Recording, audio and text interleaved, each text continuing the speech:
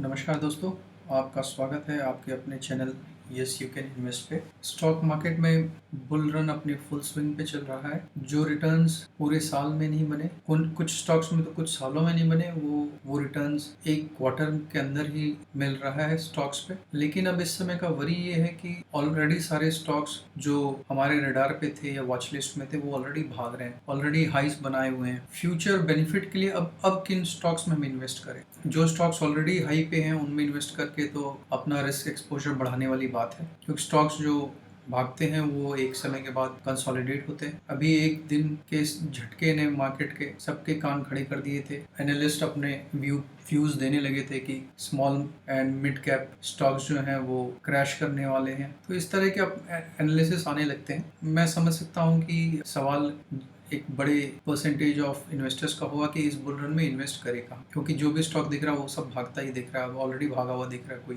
40%, कोई 50%, कोई 100%। तो इस क्वेश्चन को आंसर करने के लिए आज एक अप्रोच डिस्कस करेंगे, शायद वो आपको स्टॉक्स आइडेंटिफाई करने में हेल्प करेगा। लेट्स स्टार्ट एक बार इस क्वार्टर के सेक्टर वाइज परफॉर्मेंस देखते हैं। तो सेक्टर वाइज परफॉर्मेंस अगर क्वार्टर का हम देखते हैं तो दिखता है कि टेलीकम्युनिकेशंस इक्विपमेंट जो है 45.15% का ग्रोथ दिया है सेक्टर ने। हेल्थ केयर इक्विपमेंट ने 31.95%। इस तरह हर सेक्टर का जो क्वार्टर का परफॉर्मेंस है वो यहाँ पे चार्टेड है। तो ये आप किसी भी स्टॉक डेटा जो कंपाइल करते हैं, जो परफॉर्मेंस जहाँ भी पढ़ते होंगे आप, उनमें ऐसा पेज खोजिए जहाँ पे ये परफॉर्मेंस आप देख सकते हैं क्वार्टरली। और इसमें आप अगर रिवर्स ऑर्डर में डिक्लाइनिंग ऑर्डर ऑफ परफॉर्मेंस देखेंगे क्वार्टर में, तो आपको दिखेगा कि ऑयल एंड गैस में कोई ग्रोथ नहीं हुआ है पिछले क्वार्टर में। इनफैक्ट 0.12% का लॉस। एफएमसीजी में 1.47% का growth, which is very less compare to the speed of growth जो बाकी स्टॉक्स में दिख रही है हमें। केमिकल्स एंड पेट्रोकेमिकल्स में ग्रोथ नहीं दिखा।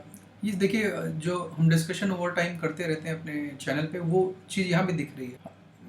अगर जो रेगुलरली कनेक्टेड होंगे उन्हें मालूम होगा, हमारे डिस्कशंस में आता है कि भाई एफएमसीजी जो सेगमेंट है उसमें ग्रोथ काफ़ी देर से नहीं है। डीमार्ट परेशान है, हिंदुस्तान यूनिलीवर के स्टॉक इन्वेस्टर्स परेशान चल रहे हैं कि they are not getting returns on the investments. Chemical industry after the Ukraine war वो परेशान चल रहा है। सेक्टर जो है उसमें जो स्टॉक्स हैं वो उसमें परफॉर्मेंस नहीं आ रहा। इसी तरह आपने मेरे ये सजेशन है, अप्रोच आपको जो बता रहा हूँ कि आप डिक्लाइनिंग परफॉर्मेंस से इसको सॉर्ट कर लीजिए। उसके बाद फॉर एग्जांपल आपने लेट्स पिक अप की एफएमसीजी में सबसे खराब परफॉर्मेंस चल रहा था, तो इसको एक बार देखते हैं एफएमसीजी को। तो एफएमसीजी में इसमें 115 कंपनीज का इनपुट है। अब उसमें एक काम करेंगे, क्योंकि 10 करोड़ 15 करोड़ 100 करोड़ तक की कंपनियों को एनालाइज करने का कोई बहुत फायदा नहीं है लॉन्ग टर्म इन्वेस्टमेंट में। इसलिए आप जो मार्केट कैपिटलाइजेशन है कंपनी का, उसको आप बड़े से छोटे में सॉर्ट करिए। तो आपको यहाँ देखना शुरू हो जाएगा कि देखिए एफएमसीजी में हिंदुस्तान यूनिलीवर लिमिटेड जो है 580 करोड़ की कंपनी है,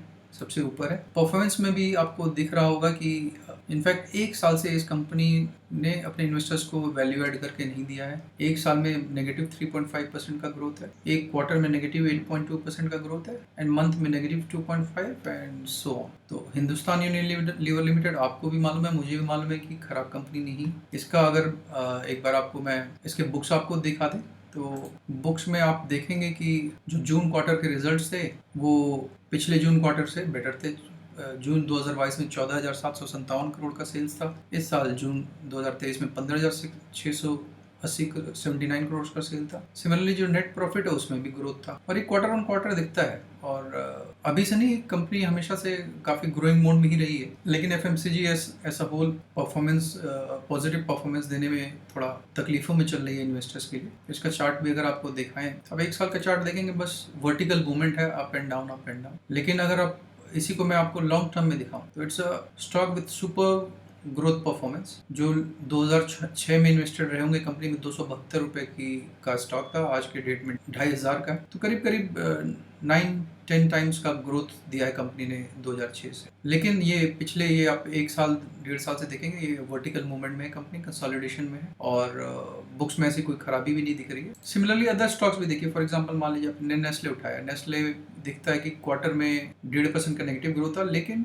पिछले एक महीने से परफॉर्मेंस में कुछ हरियाली आ रही है। एक मंथ में 3.3% का ग्रोथ है, एक वीक में 3.4 एंड सो ऑन। तो इसके बुक्स आप एक बार स्टडी करिए। तो जो पैरामीटर्स हम डिस्कस करते हैं हम हर वीडियो में कि क्या पैरामीटर्स डिस्कस देखना चाहिए परफॉर्मेंस और पॉसिबिलिटी ऑफ गुड परफॉर्मेंस के लिए, वो इसके बाद आप फिर से अगेन देखिए भाई इनके बुक्स में क्या दिखा रहा है। तो जैसे हमने हिंदुस्तान लीवर का दिया था वैसे ही नेस्ले की कहानी है। जून से जून में 4055 करोड़ का रेवेन्यू था, इस जून में 4682 करोड़ का था, और नेट प्रॉफिट में सिमिलरली 515 से 698 था। तो ऐसा नहीं कि कंपनी खराब है, बट यही कि सेक्टर एंटायर सेक्टर जो है वो परफॉर्म नहीं कर रहा है। बुल रन में करना यही होता है कि बुल रन में ही क्या, इनफैक्ट स्टॉक मार्केट में आपको जो प्रॉफिट बनाना है, जो अर्निंग करनी है, उसकी तैयारी आपको पहले करनी हो। तो ये सेक्टर्स जो हैं, oil and gas, FMCG, chemical, diversified consumer, retailing, ये सारा सेगमेंट मेरे हिसाब से अगर आप देखें तो ये सेगमेंट्स आपको आगे की तैयारी के लिए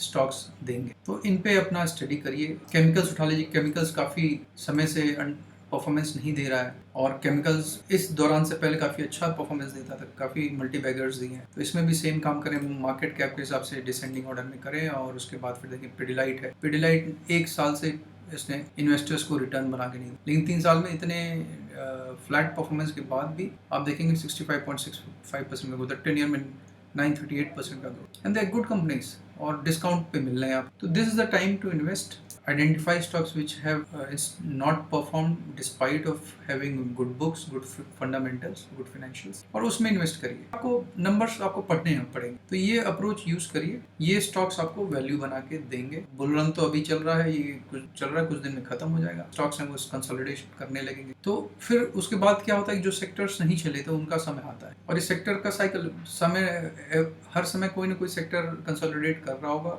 और कुछ चल रहे हैं कुछ नहीं चल रहा। ऑलवेज लॉन्ग टर्म के लिए इन्वेस्ट करिए, अपने पोर्टफोलियो को जगल करिए। अगर जो सेक्टर्स आपका जो टारगेट तो अचीव हो गया, उनको आप एग्जिट करिए उनसे, और जो सेक्टर्स नहीं अभी चले हैं, जो कंसोलिडेशन में चल रहे हैं, उनमें स्टॉक्स आइडेंटिफाई करिए और उनमें इन्वेस्ट करिए for long term and for better returns. मुझे लगता है कि ये आपको और हमारे जो भी व्यूअर्स नए पुराने हैं उनके लिए एक डायरेक्शन देगा कि कैसे आइडेंटिफाई करें स्टॉक्स को जिनमें इस बुल रन में इन्वेस्ट किया जा सकता है, जहां जो भविष्य में पैसा बना के देंगे। और अगर आपको ये डिस्कशन अच्छा लगा तो आई वुड रिक्वेस्ट कि आप एक लाइक करें और सब्सक्राइब करें, share with your friends, and thanks for connecting.